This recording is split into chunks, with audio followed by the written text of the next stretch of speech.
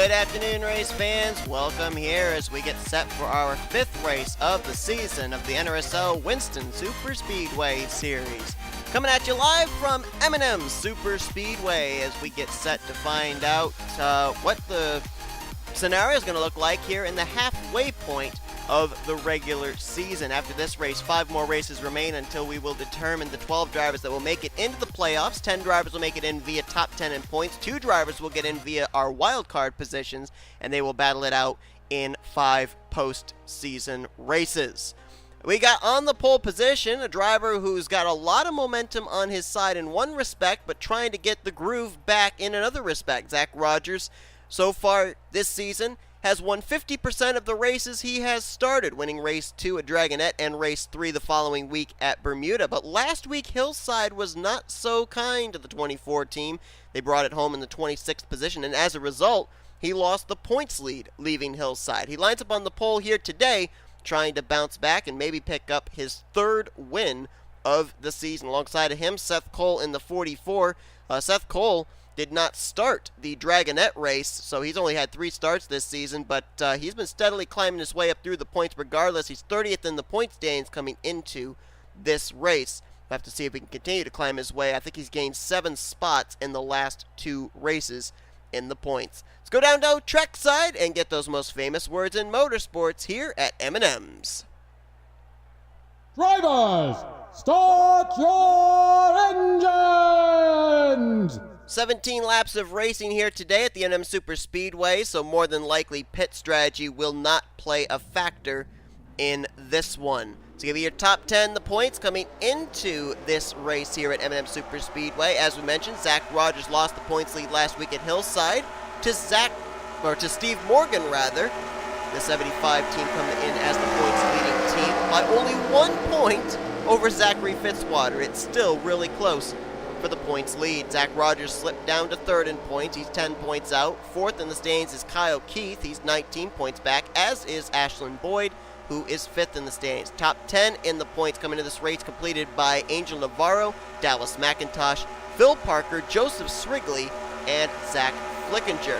Currently, Levi McIntyre, who dropped to 15th in points, would have the first wildcard spot with his win this season. The second wildcard spot would go to the next highest driver in the point standings, and that is Alex Gray, who is 11th in the points coming into this race.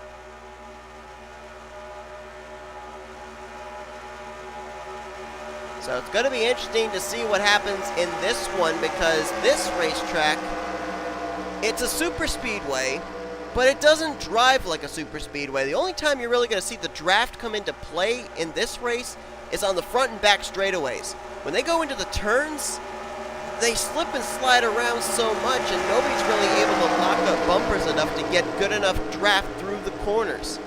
The inside line usually is the preferred line, but coming off of the corners, that outside line gets a really good run, so we'll have to see how the drivers are going to approach those different scenarios here today, especially the drivers that have to work their way from the back to the front in a short 17 laps. Rogers, Cole, a couple of drivers that are very well known in the community, take us to the green flag here at M&Ms. Already some drivers stepping out of line, 2 of the Penske cars there, the 2 of Dylan Young and the 12 of Isaac Nicholls. And they're already 3 wide going down here into turn 1, but up front, Zach Rogers and Tony Green break away 1 and 2. Phil Parker gonna move to 3rd. And look at the Fords back there with J Bryant, Zach Flickinger, Ashlyn Boyd. They were 3 wide down the back straightaway as the battle now for 2nd between Phil Parker and Tony Green. This all going on behind the Rainbow Warrior 24 of Zach Rogers. Now, there's no doubt Zach Rogers earned the win at Dragonette. A lot of people think that the win was kind of gifted to him at Bermuda with about, 6 or 7 drivers that were up front running out of fuel, and Zach Rogers right place, right time. But that's what super speedway racing's all about. Got to have a little bit of luck on your side. And now Phil Parker going to try and take the top position away from the 24. Looks like he will get the spot before they get down here to 3. Well, as soon as I say that, Rogers battles back up topside, Got a little sniff of draft from Ashlyn Boyd, 16. And now it looks like Zach Rogers will have to give up the top position. It will go to Phil Parker, and now 3 wide. Shane Lake on the bottom, Flickinger in the middle, Rogers up top side. And there's our winner from last week, Diego Yepez, that black and yellow Pennzoil Chevrolet. You see him there in the middle now, going to victory lane last week at Hillside. As a matter of fact, that helped him to climb out of the cellar of dead last in points. He's now 37th in the standings, but trying now to climb up into the top 30 in points, so his win could maybe count towards a wild card position. Johnny Gardner, you saw the 46, that green car back there? He started this race from 41st position, and in the first 3 laps, he's now already up inside the top 5. He just took the 5th position away from the 4 car of Benjamin Miles. Some cars going awfully high there out of the corner. That was, I think, Levi McIntyre and Eli Bright towards the tail end of the field that were way wide coming out of turn 4. Gardner going to dart down to the inside, 3 wide for 3rd. Diego Yepez right there, looking maybe for the top position. We've already had 1 driver go to victory lane twice in 2 races with Zach Rogers. Yepez would love to be able to be the 2nd. Dallas McIntosh right there, Kyle Keith, as well as Justin Zajdel in the 94. All of them came off good finishes last week at Hillside. Zajdel jumped up to 17th in the point standings with his good finish. McIntosh up into the top 10 in 7th. And also that 10 car of Angel Navarro had a good run last week at Hillside. It jumped him up to 6th in points. Shane Lake, though, continuing to show the way right now. Last week, Pontiac's biggest contender for a win was Charles Sandfer. Looks like this week it's Shane Lake with possibly Preston Plourd there, the 18, picking up some big positions down this back straightaway. Preston Plourd almost took the checkered flag back a couple weeks ago at Bermuda. Had a mediocre run last week at Hillside, but he comes into this race 16th in the point standings. A win would more than likely, I would say, put him up into the top 10 in points.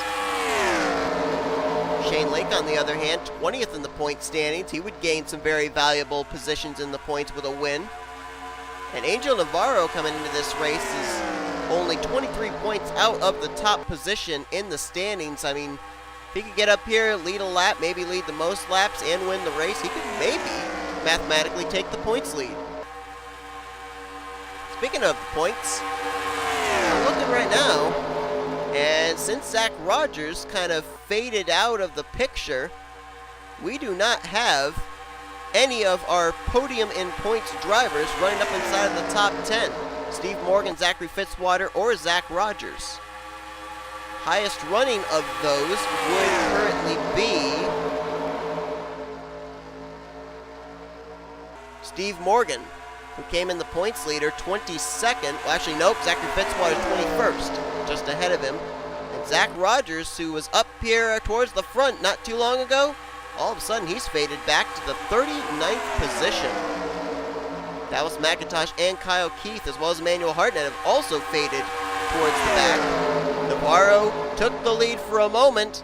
Shane Lake, crossover there in 3 and 4, is going to take the top position right back. Diego Yepez right there in 3rd place. Look out for that number 1 car. So many times we see a driver struggling in the points. They go to victory lane once, and all of a sudden it's like a spark is ignited. And that team looks like they've gotten things turned around after starting off the season, the first 3 races with an average finish of 39th. They took their first victory last week at Hillside and looking for their 2nd here at M&Ms. Right now it is Pontiac, Ford, Chevy, and then the Ford of Isaac Nicholls and the Chevy of Tim Walsh. And am I eyes to see me, or is that Michael Norman up there? Yes, it is. That 3 car. Trying to get up here with his teammate in the 1, trying to work together. Also, the Penske cars might be able to work together pretty soon. You're looking there at I Nicholls, and not too far back there in similar coloration is the Miller Lite Ford of Dylan Young.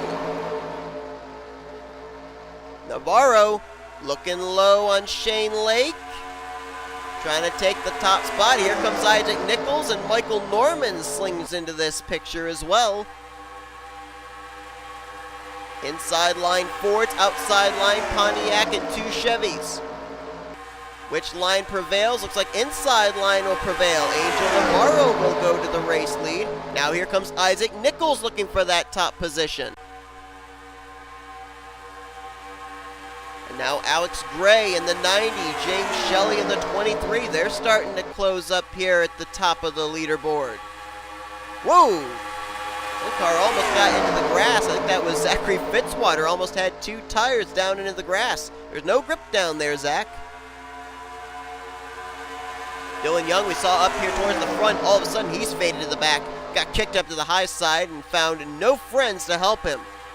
He is dropping like a stone. Meanwhile, Navarro holds the top position. Can he get down in front of the 12 before turn 3? Answer is yes, but instead of staying down on that yellow line, he kind of moved up a half groove. That opens the door for the Mobil 1 Ford Thunderbird to take a look. Well, actually, it's a Ford Taurus. Got some other players starting to make their way up towards the front. That inside line there, the 98 of Patrick Smith, the 9 of Zachary Fitzwater, and the 73 of Brenna Carmichael. It's now James Shelly. You can see right there that red and white car. Looks like he might think about going 3 wide here for the lead, and he had some drafting help from Patrick Smith. Smith now moves to the middle groove, as does Fitzwater. Shelly's got no help, and Navarro, I don't think he's going to be able to get down in time. Yes, he did. Wow, we just barely cleared I Nicholls going there into turn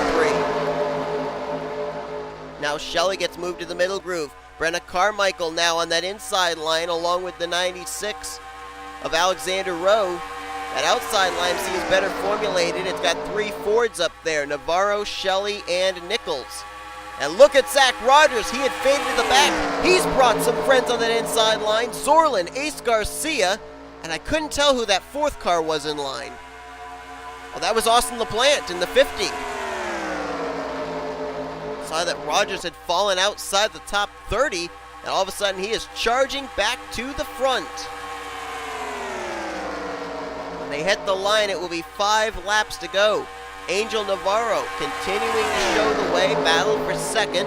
Brenna Carmichael low, Shelly high. Rogers has his Hendrick teammate Ace Garcia there with him. Hendrick Motorsports powering on that inside line down the front straightaway. And now Garcia going to go 4 wide. He's got Benjamin Miles and Johnny Gardner with him now on that inside line. Angel Navarro having to make that tied Ford Taurus high, wide, and handsome, blocking 4 different lanes at different times here, whether it be on the straightaways or through the corners. Nathan Stapleton right there, that Citgo Ford. He had a great run last week at Hillside, jumped up to 14th in the points as a result. Now he's up inside the top 10 here in the closing stages. Seth Cole has brought Levi McIntyre, a Daytona winner, up here into the top 10. Oh, there goes a car around! That was the 96 of Alexander Rowe. But was it enough for a caution? No, it wasn't. Ciculli was collected as well in the 31. They spin to pit road, no caution. Ciculli and Rowe spinning down to the inside. Both cars out of the race here in the closing stages of this race here at M&Ms. Ace Garcia now up to second. Miles up to third. We've got some new players at the front of the field here in the closing stages of this race. That wreck took place on the apron, down on pit road. They did not come back on the racetrack. Great call by the NRSL officials to not throw the caution flag. Navarro continues to lead. There you see the smoke. Oh, we're having pit stops! I didn't think we were gonna, but we are. Whoa, look out, Phil Parker nearly hit the wall coming to pit road. And that turns the race lead over now to Benjamin Miles. This is going to be a fuel strategy race, and I didn't expect it was going to be. Miles, now McIntyre to the inside line. He wants to win his second race of the season.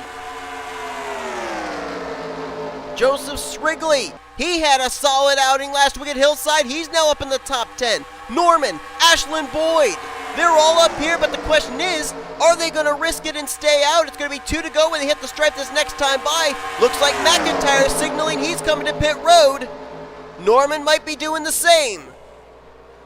Who's staying out? Zoerlein staying out. Careful getting onto pit road here, guys. Ooh, they make it. Zoerlein now side by side with Ashlyn Boyd. They stayed out. Steve Morgan stayed out. Eli Bright stayed out. Will any of these 4 brave souls be willing to risk it one more lap to try and pick up the victory? I mean, Steve Morgan comes into this race the points leader. Ashlyn Boyd is 5th in points. Are these two willing to risk it for the biscuit? Zoerlein now to the bottom of the racetrack on Ashlyn Boyd, but the question is he coming to pit road? Is that why he went to the inside? Are any of them going to stay out? Zoerlein's coming in. Boyd's coming in.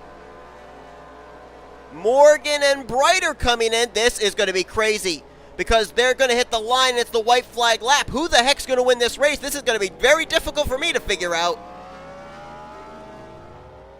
Gas and go for Zoerlein. Gas and go for Morgan. Zoerlein's down and away. Ashlyn Boyd now going to hit pit lane. Into his pit stall. Where's the field? Benjamin Miles and Levi McIntyre. These could be the two that will battle for the win if they are able to catch Boyd and Zoerlein. Zoerlein's coming off pit road. Where's Miles? Where's McIntyre? There they are. They're trying to catch the 7. McIntyre takes the lead.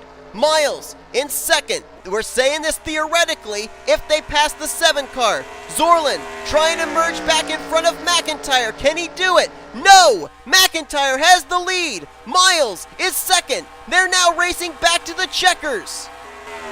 Can Miles make a move on Levi McIntyre? He's looking low. He's there to the left rear, but can he get enough of a run here coming out of the corner? It's going to be side by side between Miles and McIntyre. They'll take the drag race to the start-finish line. It's going to be Benjamin Miles by about half a car length, winning here today at M&Ms SuperSpeedway. What a battle there at the end. Holy cow, and that's one of the first times I have ever seen the inside line get the advantage at the stripe here at M&Ms. Most of the time, it's the outside line that gets the advantage coming to the stripe. Miles was the first person I can recall that did it in the history of this channel running at M&Ms SuperSpeedway. What a finish! I did not expect it was going to be a fuel strategy race like that, but man, that was exciting. And Benjamin Miles, I mean, last week it was Diego Yepez, a driver who was struggling the points going to victory lane. Deja vu here 1 week later. Miles came into this race 39th of 42 drivers, and he's going to pick up his first win of the season, denying Levi McIntyre his 2nd trip to victory lane this year. What a battle. That was fun to watch. Standings are official.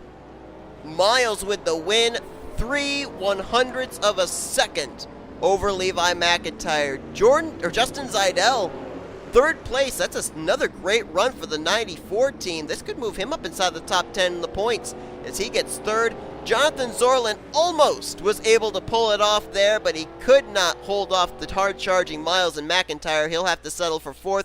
Diego Yepez, I told you, you win a race, it's like you flick a switch. And now Yepez, all of a sudden, the good finish is coming out 1 week after his trip to victory lane at Hillside. He gets another top 5 finish in 5th. Angel Navarro's going to finish in 6th, so this will keep him in the top 10, more than likely move him into the top 5. Then Isaac Nicholls gets 7th, Ryan Brommer 8th, Joseph Srigley will probably jump into the top 10 in points. Actually, no, he was top 10 coming into this race, so he may jump into the top 5 with a 9th place run, and Alex Gray may jump back into the top 10 with a 10th place finish. Steve Morgan came in as the points leader. He finishes in 12th. Ashlyn Boyd was 5th in points, finishes 11th, so they'll probably both remain in the top 10 in points. We look on down through the remainder of the finishing results here, and a couple of drivers finishing outside of the top 10, including Zach Rogers in 8th, Zachary Fitzwater there in 20th.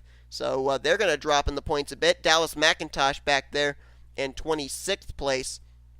And you look on down through the remainder of the finish results, there's a number of drivers that were up near the front before those pit stops began, and they faded all the way back and never recovered. Stapleton in 33rd, Young in 36th. Shane Lake was out in front for a while and faded all the way back to finish in 38th position. And 2 drivers finished out of the race after a wreck off of turn 4, Alexander Rowe and Joshua Ciculli, but it did not bring out the caution flag. And Benjamin Miles, I'm certainly thinking, is glad it did not, as he was able to get Levi McIntyre at the line. So thank you all for tuning into this race. If you enjoyed it, be sure to give us a like, subscribe, become part of the crew today. We've shown you full of results. These are your points heading into our second half of the regular season. Race 5 complete, race 6 on the horizon. We'll see you guys next time, as you've been watching Production SRA, offline racing at its best.